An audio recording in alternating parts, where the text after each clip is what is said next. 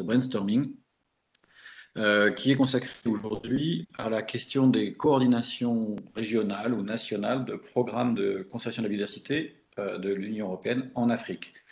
La plupart d'entre vous êtes fait de cette problématique car tous les projets et surtout les programmes ambitieux disposent d'une composante de coordination.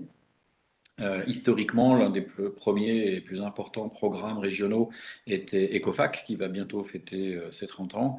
Et ECOFAC a toujours disposé d'une coordination. Et aujourd'hui, c'est le cas de pratiquement tous les programmes équivalents similaires, que ce soit à l'échelle régionale. Et donc là, je parlerai par exemple de PAP Bio, PAP Fort, ou alors carrément au-delà des régions comme Biopama, ou des grands programmes nationaux, comme il y en a par exemple en RDC ou au Tchad. Alors, au fur et à mesure du temps, ces coordinations régionales ou nationales ont considérablement évolué dans leur mandat, dans leur composition, dans leur organigramme, dans leurs relations, en particulier avec les partenaires, que ce soit ou en partenaires politiques, voire les autres programmes riverains.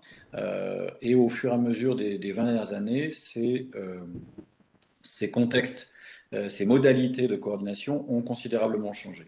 Donc, c'est de cela dont nous allons parler aujourd'hui, moins pour le passé que pour l'avenir, c'est-à-dire, comme vous le savez tous, nous entrons dans un nouveau cycle de financement de l'Union européenne qui est significativement différent.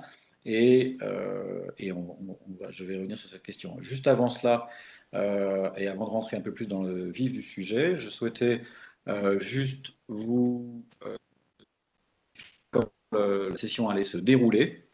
Alors, voilà, brièvement, un petit partage voilà, d'écran.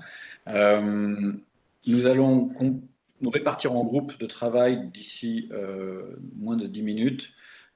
En théorie, il y avait 4 groupes de travail, 2 qui étaient plutôt pour l'Afrique centrale, les forêts et les savanes, 2 plutôt orientés à l'Afrique de l'Ouest.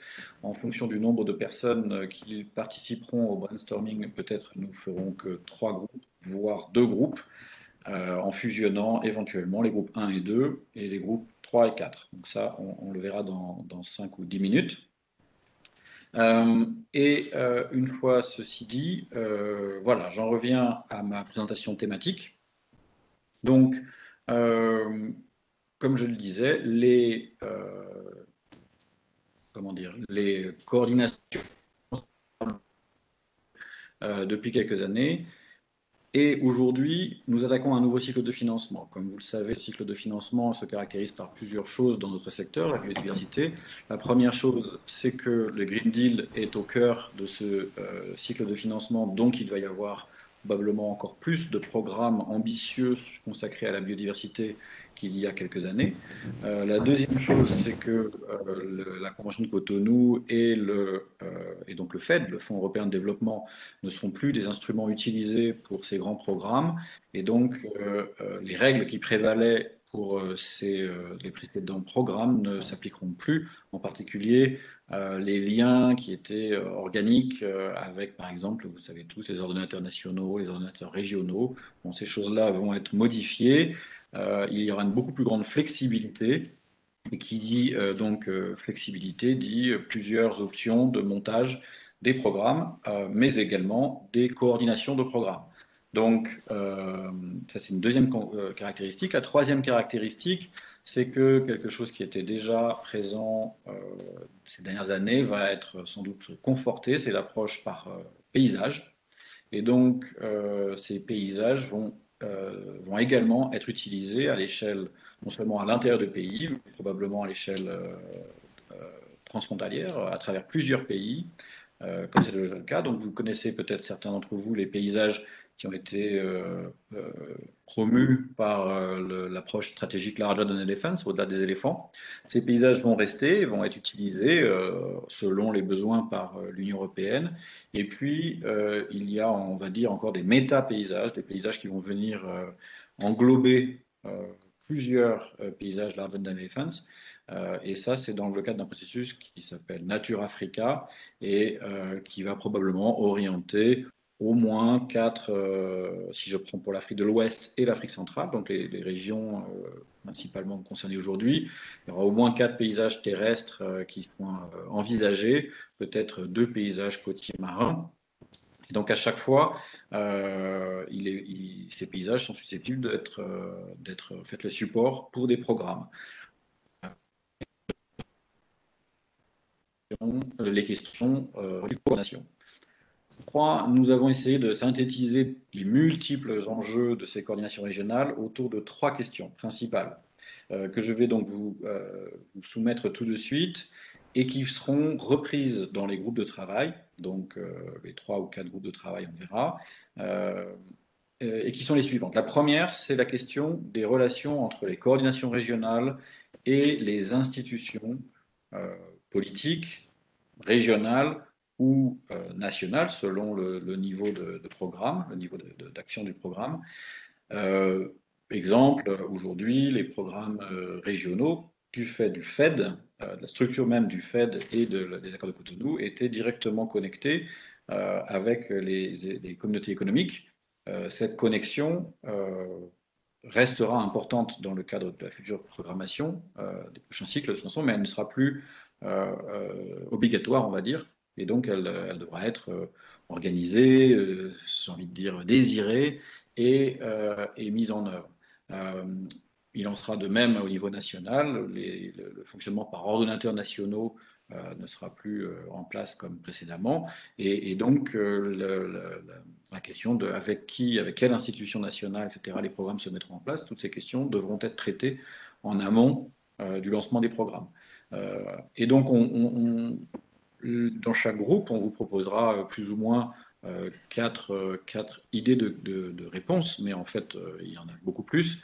À chaque fois, il s'agira de savoir si, selon vous, les coordinations de programmes doivent être beaucoup, modérément, peu ou relativement distantes, enfin, peu connectées ou relativement distantes des institutions politiques, ce qui pose donc évidemment, ce qui soulève les questions du rôle des coordinations de programmes dans les questions de diplomatie, dans les questions de politique régionale ou nationale, versus des rôles de coordination qui peuvent être beaucoup plus sur du technique ou de l'informationnel, et auquel cas les relations politiques sont moins importantes, ou en tout cas elles peuvent se limiter aux aspects d'information. Donc voilà, en gros, il y a un spectre, et nous sommes intéressés par avoir vos réponses sur ce spectre. La deuxième question est relative, donc là j'ai envie de dire qu'on était plutôt, on regardait la coordination avec ce qu'il y avait au-dessus d'elle, et la deuxième question elle est plutôt avec ce qui est en dessous, en tout cas à l'intérieur du programme. Ces programmes régionaux comportent souvent plusieurs composantes qui sont mises en œuvre par plusieurs opérateurs. Ça peut être des composantes géographiques, ça peut être des composantes thématiques, mais en tout cas, aujourd'hui, un programme est égal à plusieurs maîtres d'œuvre, plusieurs opérateurs de nature variée, qui peuvent être des ONG, des instituts de recherche, des bureaux d'études, etc. Peut-être même dans le futur de plus en plus des entreprises privées et des acteurs nationaux locaux. Quel est le rôle de la coordination à l'égard de ces acteurs de mise en œuvre? Pour revenir un peu plus loin dans le passé, durant les premières phases de ECOFAC dont je parlais tout à l'heure, cette relation était très hiérarchique et très verticale, assez pyramidale. Il y avait une coordination d'ECOFAC sur les phases, par exemple 1, 2, 3, et qui avait un regard un peu surplombant par rapport aux composantes d'ECOFAC. Et puis, progressivement, on a vu apparaître des coordinations qui avaient beaucoup moins un rôle hiérarchique, un rôle de contrôle même, et qui avait beaucoup plus un rôle de capitalisation, de circulation d'informations, voire progressivement, de plus en plus également, un rôle de soutien, c'est-à-dire de fourniture d'assistance technique très spécialisée quand les opérateurs de terrain ont des besoins qu'ils ne peuvent pas combler eux-mêmes. Ils sont à la recherche de moyens techniques très, très spécifiques. Donc voilà, pareil, sur cette question-là, on aura un éventail, un spectre de possibilités et nous attendrons vos contributions sur ces sujets. Dernière question qui est évidemment connectée aux deux premières, c'est celle on va dire du volume budgétaire, alors, budgétaire, mais aussi en termes de staff, en termes ça peut être également au niveau infrastructure, mais bon, pas beaucoup, équipement, de ces coordinations. Selon l'ambition du mandat, selon l'importance des sujets à gérer par une coordination, évidemment, le budget, en théorie, doit suivre. Et inversement, si pour telle ou telle raison, on souhaite que les budgets affectés aux coordinations soient encadrés ou maintenus relativement limités, on va dire, alors évidemment, mécaniquement, il faut en tenir compte dans la définition du mandat de ces coordinations. Donc voilà en gros les trois questions qui vont vous permettre d'articuler vos contributions durant les groupes de travail. Je souhaite juste préciser qu'en fait, au stade où nous en sommes, il ne s'agit pas de, comment dire, nous ne définissons pas un format pour les coordinations régionales qui va être en place pour les prochaines années. C'est bien un brainstorming. Donc, nous ne cherchons pas non plus à véritablement organiser des débats avec des questions-réponses des uns aux autres, etc. Mais bien plutôt à collecter vos réflexions, vos leçons apprises, vos perspectives, éventuellement vos souhaits, vos préférences, mais malheureusement, en 40 ou 45 minutes que nous aurons pour ces groupes de travail, nous ne pourrons pas rentrer dans des véritables débats, dans des ping-pong, si je puis dire. Voilà. Ceci étant dit, il va bientôt être l'heure de passer dans les groupes. Comme je disais, 45 minutes en sous-groupe, qui seront animés donc par 4 facilitateurs. Il y aura donc Florence Pala et Maxime Zita pour les groupes 1 et 2, je ne sais plus dans quel sens. Et puis, nous aurons Tania Merceron et Arsène pour les groupes 3 et 4. Donc, vous serez affecté directement à la fin de ma petite introduction, vous serez affecté directement dans un groupe par les techniciens de la plateforme. Et si jamais il y a un souci, n'hésitez pas à utiliser le chat. Mais il faudra juste cliquer quand un pop-up va apparaître sur votre écran, il faudra juste cliquer dessus et vous serez transféré vers une salle de sous-groupe. Dernier point, à la fin de ces sous-groupes, donc dans 45 minutes, nous nous retrouverons tous en plénière pour une brève restitution d'une quinzaine de minutes. Donc là, c'est les facilitateurs qui vont synthétiser le contenu de vos réflexions. Après quoi, donc, nous clôturerons notre brainstorming. Et ensuite, il y aura une brève restitution du brainstorming à 17h dans la partie plénière, on va dire, des EDDs, qui durera qu'une dizaine de minutes. Il faut cliquer sur le lien. Moi, je suis en réunion. Ah. Et donc, voilà, la netiquette classique, c'est que, en effet, on essaie de garder les micros et les vidéos fermés pour économiser un petit peu de la bande passante des uns et des autres, en particulier tous ceux qui sont sur le terrain et qui ont des accès plus difficiles qu'en Europe ou ailleurs. Donc évidemment, pensez à rallumer vos micros quand vous voulez intervenir. Vous avez des boutons qui vous permettent de lever la main également. Et dernier petit mot, à la fin de notre session, un illustrateur qui va écouter ce que les uns et les autres disent tentera de synthétiser tout ça à travers un dessin commenté qui sera présenté donc à la fin de notre brainstorming. Voilà, je vous remercie à tous de votre attention et vous souhaite des bons travaux. Moi, je passerai d'un groupe dans l'autre probablement et on se retrouve dans 45 minutes.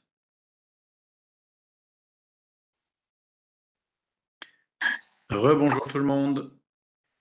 Alors, je crois que tout le monde est en train d'arriver sur notre plénière. Bon, sauf si les techniciens me disent qu'il y a un souci, je pense qu'on va pouvoir passer à la restitution des deux groupes, donc, puisque nous avons constitué finalement deux groupes, un peu plus sur Afrique centrale, mais où j'ai entendu néanmoins quelqu'un d'Afrique de l'Ouest, et un peu plus Afrique de l'Ouest, mais avec des gens très, très expérimentés sur l'Afrique centrale, donc finalement c'était assez mélangé. Et donc, je ne sais pas, je vais laisser les facilitateurs, parce qu'il y avait donc deux facilitateurs par groupe, ce qui était très bien à mon avis, puisque l'un ou l'une était plutôt focalisé sur la distribution de la parole, pendant que l'autre, sans doute, je suppose, prenait des notes. Donc, je vais tout de suite passer la parole pour le groupe 1-2, soit à Maxime, soit à Florence. Maxime, tu as la main.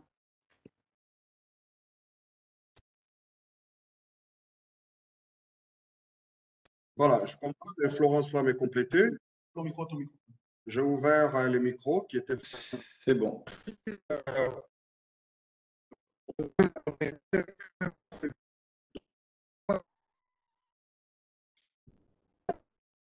Que la question sur les budgets, les allocations n'a pas reçu énormément d'informations, étant donné que les contributeurs. Je vous conseille de couper la caméra Continue. puisque nous avons des coupures de son. Voilà. Allô? Allô? C'est parfait comme ça, merci. Ok, merci. On a eu un problème de son. Donc, Romain, j'étais en train de dire dans notre groupe sur les trois questions. Donc, la dernière question sur les questions budgétaires n'a pas reçu des informations quantifiées par rapport aux propositions qui ont été faites, dans la mesure où elle est tributaire de beaucoup d'informations manquantes en amont, et donc elle est restée plus ou moins vide. Il y a des rationalités diverses sur la question. En revanche, les deux premières questions ont reçu pas mal de mots-clés qui peuvent guider une réflexion sur les types de coordination à mettre en œuvre. On part du principe que quand on est sur une coordination plus centralisée, c'est-à-dire qu'on appelle mécaniste, qui évolue vers une coordination organique, cas d'ECOFAC aujourd'hui, un peu atomisée, et qu'il faut voir quelle est la structure entre la première, la deuxième, qu'il faut adopter ou renforcer par rapport à ce qu'on veut avoir aujourd'hui. Et pour ça, il faut des informations. Les informations, c'est à trois niveaux qui ressortent. Les premières informations liées au mandat et du rôle des maîtrises d'ouvrage. Qu'est-ce qu'il faut attendre d'eux d'abord avant de s'engager sur le plan politique, de la relation avec les politiques, je veux dire. Ça, c'est quelque chose qui est ressorti en bold, c'est-à-dire la question des mandats institutionnels dans le cadre de la maîtrise d'ouvrage. Il y a la question, toujours relation politique, la question du suivi de la gouvernance financière et du contrôle accru pour éviter que le fonds ne soit orienté vers d'autres attributions qui n'ont rien à voir avec le programme qu'on voudrait définir. Il y a la question du suivi sur les relations institutionnelles et juridictionnelles, d'autant plus que ça impacte énormément les processus opérationnels sur le terrain. Il faut savoir avec qui on s'engage sur le plan opérationnel, quelle est sa limite sur le plan administratif, à partir de quel moment ça engage le programme et quelles sont les limites. Et c'est encore une question des mandats qui revient dans le cadre de la relation avec les politiques. Alors, avec les opérateurs, vu d'une coordination qui se mettrait en place, ce qui est apparu aussi en force ici, c'est la mixité des coalitions. On est dans une prospective à mettre en place des modèles territoriaux où on a des compétences diverses et donc il faudrait clarifier les valeurs ajoutées en termes de rôle et de mandat de chaque acteur, soit au niveau national, là on est dans les géographiques, ou transfrontalier, toujours dans les géographiques, soit à des niveaux thématiques. Il fait quoi? La conservation, le socio-développement ou quelle action thématique? Et ça, ce sont des éléments que les coordinations vont devoir contrôler absolument, essayer de suivre. Alors, toujours au niveau opérationnel, nous avons reçu une bonne information, une bonne suggestion de rôle de coordination qui serait attendu absolument. C'est arriver à capter les paysages sur le plan opérationnel dans son ensemble et faire remonter ces types d'informations. Ça, essentiellement pour les bailleurs qui ne voient l'information qu'en termes de projets spécifiques et ils aimeraient bien avoir une vision un peu plus élargie de tout ce qui se passe au niveau de ces territoires.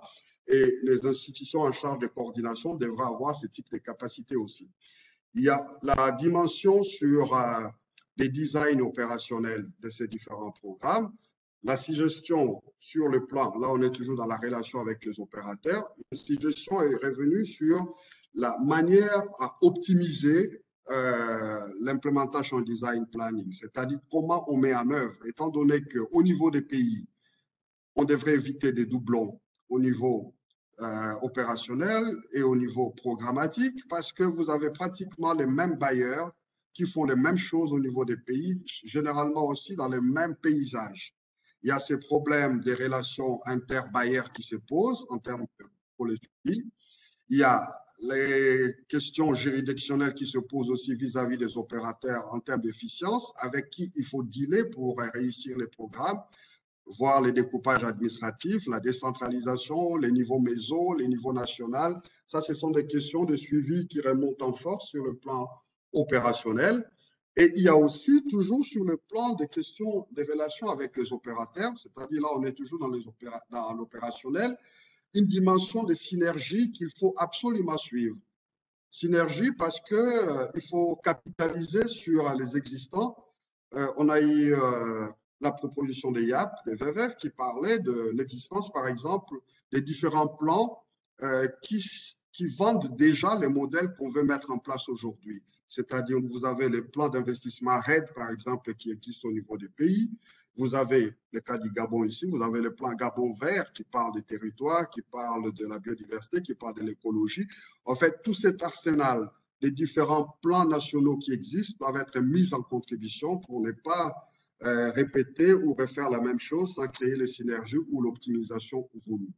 Donc, voilà les grandes informations qui ressortent. Je vais partager mon mural à Romain, qui est pratiquement le facilitateur du groupe, et il pourra voir ce qui ressort. Et donc, la partie financière n'a pas reçu énormément d'informations. Voilà. Merci. Merci beaucoup, Maxime, et merci pour le mural. J'ai pris des notes et puis on va en discuter après la session tous ensemble, les facilitateurs tous ensemble. Pour les groupes 3-4, est-ce que c'est Tania ou Arsène qui intervient, synthétise? Tania, tu veux bien, s'il te plaît? Super, Oui, Tania, s'il te plaît. si je me lance, je vais partager mon écran, si c'est OK. Et Arsène et Marc, vous pourrez compléter. Bien sûr, Tania. Parfait. Just one second, j'arrive. Voilà. OK. Donc, nous avons eu pas mal de feedback des différents participants et c'est plus ou moins le même schéma que pour le groupe de Maxime. La troisième question n'a pas vraiment été débattue, on verra pourquoi. Donc, le tout premier point, c'est que on a eu une notification du fait que pour les 3 questions, on aurait dû faire une claire distinction entre les coordinations nationales et les coordinations régionales, puisque l'approche, elle est différente pour chacun de ces niveaux-là. Donc, du coup, pour les relations aux politiques, l'accent a été surtout mis sur le fait que le rôle des coordinations régionales ne soit pas assez clair et que ça ferait plus de sens de mettre l'accent sur les coordinations nationales où le scope est plus maîtrisable, on va dire. Et ensuite, par rapport aux relations avec les organisations, les institutions régionales du type UEMOA, CEDEAO, ce qui a surtout été dit, c'est de se mettre à l'abri des lourdeurs administratives, quoique on sait que l'ancrage au niveau de ces institutions soit nécessaire et importante, mais éviter les blocages que nous connaissons tous et qui sont liés à la mise en œuvre d'activités opérationnelles par ces grands opérateurs régionaux, on va dire. Et ensuite, bien sûr, il y avait la question de la décentralisation de la coordination. Donc là, ça rejoint un peu le premier point du fait qu'il faudrait peut-être mettre l'accent un peu plus sur les coordinations nationales. Après, il y a Marc qui vient d'ajouter un truc là. Les agences de mise en œuvre ont aussi un devoir de créer de forts liens avec les institutions nationales et régionales, donc pas seulement limité aux différentes coordinations. Donc, par rapport aux opérateurs, les trois points qui ont été les plus, qui sont revenus le plus souvent par rapport à la question qui a été posée, c'est qu'il faille un suivi évaluation technique, l'assistance technique spécialisée et le suivi évaluation financier. Donc, en termes de commentaires, on a parlé clairement d'articulation fonctionnelle efficace et non hiérarchique des opérateurs. Donc, du coup, il y a pas une seule personne, sauf erreur de ma part, qui est mentionné la nécessité d'avoir ah ouais, voilà. Ah oui. Alors, le seul point qui concerne la supervision hiérarchique, ça vient d'une DUE. Donc, c'est le souhait que les coordinations puissent venir en appui technique au DUE pour instruction et design des projets et programmes en amont et non pas en aval de la mise en œuvre des programmes. Ensuite, c'est le souhait de plus grande transparence de la part des opérateurs. Et aussi, il y a la question de la redevabilité contractuelle avec les opérateurs et l'amélioration des transparences. Donc, ça a bien été dit que ce n'est pas qu'il n'y a pas de transparence présentement, mais c'est d'améliorer cette transparence-là au niveau des agences nationales et des opérateurs nationaux et aussi régionales avec les DU. Donc, du coup, pour le budget, ce qui a été dit, c'est que le pourcentage qui sera retenu dépend grandement des réponses et de l'approche qu'on aura pour les deux premières questions. Donc, d'une manière générale, et là, Marc l'a synthétisé ici, le budget de coordination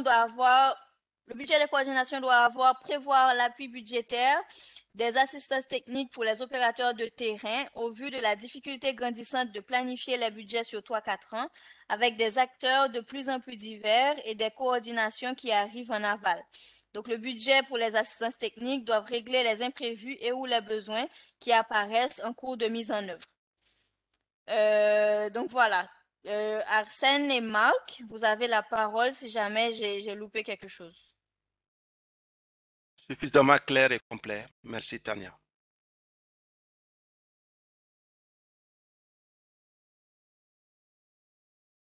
Ok, je vous remercie l'équipe des groupes 3-4. Et le moins de structure possible. Alors, parce que j'ai pris également des notes de mon côté, j'avais noté en effet flexibilité, anticiper les imprévus, adaptabilité, tout ça va bien ensemble, c'est bien compris, bien noté. De toute façon, nous allons nous concerter les facilitateurs pour définir le propos que nous allons tenir à 17h pour la plénière IDDs, juste avant la clôture. Il me reste juste à vous remercier les uns les autres. Comme je l'ai évoqué en introduction et dans un groupe, il me semble, je pense que, parce que ça a été évoqué par Raymond, je crois, cette question de coordination des coordinations n'est pas inutile, même si ça peut sembler un petit peu bureaucratique finalement, et que ça va dans le sens contraire de la subsidiarité. Je suis très promoteur de la subsidiarité, il faut rester le plus proche du terrain possible, mais il est vrai que l'Union européenne, on ne va pas s'en plaindre, soutient de plus en plus d'initiatives relatives à la biodiversité en Afrique. Pour un certain nombre de raisons, il n'est pas possible de faire tout dans un seul programme. Donc, on a une multiplication des programmes. Et donc, la question de la cohérence entre ces programmes se posera. Voilà, nous sommes au bout de notre session. Donc, voici qui s'est affiché normalement sur tous vos écrans, le visuel qui a été inspiré, qui s'est inspiré de vos interventions aux uns et aux autres. Merci beaucoup aux graphistes. On va pouvoir passer plus de temps à le regarder. Je ne sais pas d'ailleurs comment, peut-être les techniciens peuvent nous dire comment on peut le télécharger ou comment on pourra le télécharger. Ça me semble. Je vous l'enverrai dès que la session est finie. Voilà, donc on le recevra bientôt. Je m'avance un petit peu, mais sinon on me corrigera. Normalement, tout ça a été enregistré, donc dans les prochains jours, ou en tout cas prochaines semaines, on pourra diffuser les liens vers les replays, vers les rediffusions de ça, de sorte que non seulement vous-même, vous puissiez éventuellement regarder, ça m'étonnerait, mais en tout cas, vous puissiez le diffuser autour de vous si vous jugez ça utile. Dernière chose que je voulais dire, ce sujet de la coordination, on a ouvert le débat aujourd'hui, ou la réflexion. Je pense qu'on aura sans doute d'autres occasions d'y revenir, puisque comme je vous le disais, nous sommes au début de ce cycle de programmation 21-27, qui ira sans doute au-delà de 27 pour l'Union européenne. Et beaucoup de programmes vont être renouvelés, prolongés, relancés ou créés de toutes pièces. Et donc, je pense que nous aurons à revenir sur cette question de la coordination. Donc, c'était juste une session d'ouverture de la réflexion. J'espère qu'on pourra y revenir dans les prochains mois, en tout cas avant la fin de l'année, à travers un événement complémentaire. Voilà, je vous remercie tous. Pour certains d'entre vous, peut-être rendez-vous à 17 h pour la synthèse. Et puis, sinon, on peut prolonger aussi par email. Vous tous quasiment nous nous connaissons tous par email, donc on pourra continuer ce propos-là. Merci, merci aux techniciens, merci à l'équipe de préparation, aux facilitateurs. Il y a eu un gros boulot en amont. C'était numérique, donc c'est nouveau, et donc on n'a pas pu réussir à faire tout ce qu'on voulait. Mais en tout cas, bravo à l'équipe de préparation. Je sais qu'ils y ont consacré beaucoup d'heures. Je vous souhaite une bonne fin de journée et à bientôt. Merci. Bonne fin de journée à tous. À tout à l'heure.